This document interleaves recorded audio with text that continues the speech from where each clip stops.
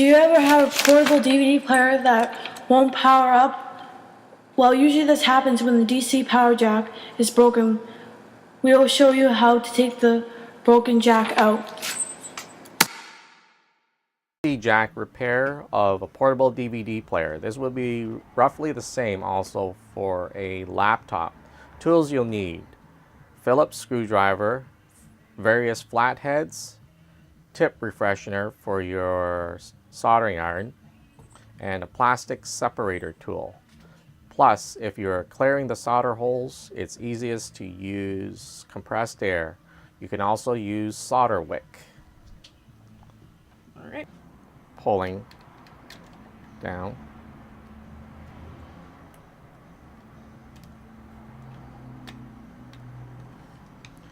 Right.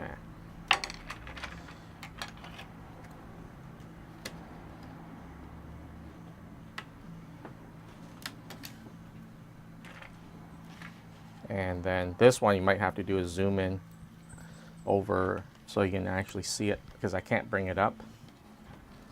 And then this is the same.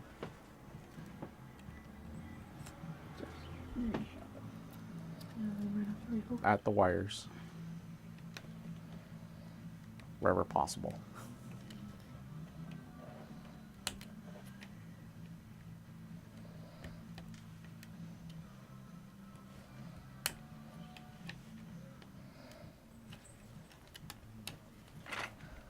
Once the board is separated, locate and remove all the screws. If the screws are the same size, you don't need to separate them. This particular DVD player I've worked on before, all the screws are the same size, so we're just going to put it into a standard little container box.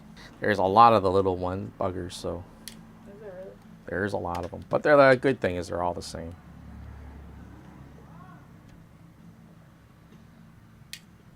Lightly lift the board, and if you notice a little bit of resistance, you've missed a screw.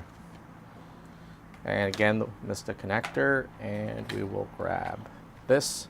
Ideally, you would use the plastic one, because if you accidentally slip, you won't score or scratch any of the traces on the printed circuit board.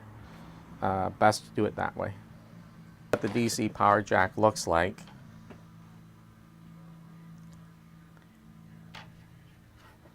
And it has, this particular one has 3 soldered connections, 1, 2, 3, that we'll have to actually desolder. So we'll look at our soldering iron. Okay.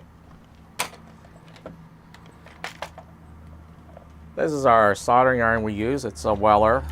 It actually has temperature control. You don't really need anything if you're only a hobbyist like this. You can use the cheaper ones, but this one we find to be pretty useful.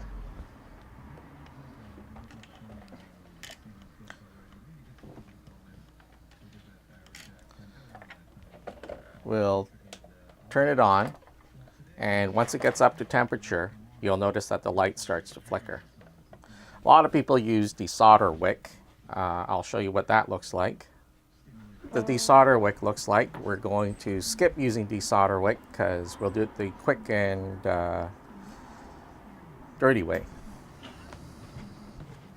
Make sure the tip of it is clean.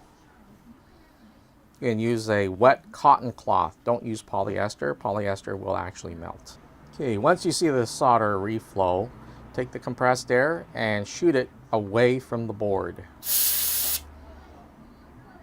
And the same to the other 3. Or 2. Yep.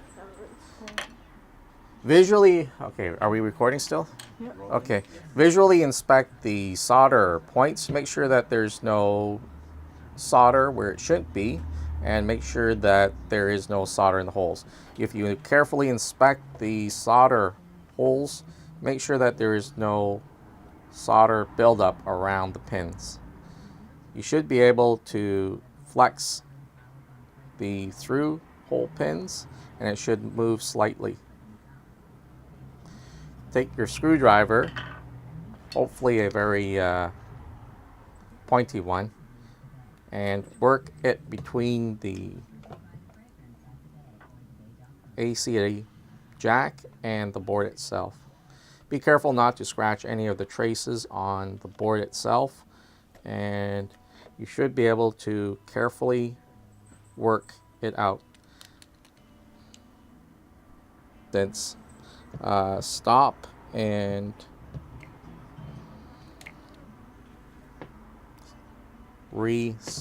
use the soldering iron. We've removed it successfully. Make sure that you actually see light through the 3 holes that were just soldered.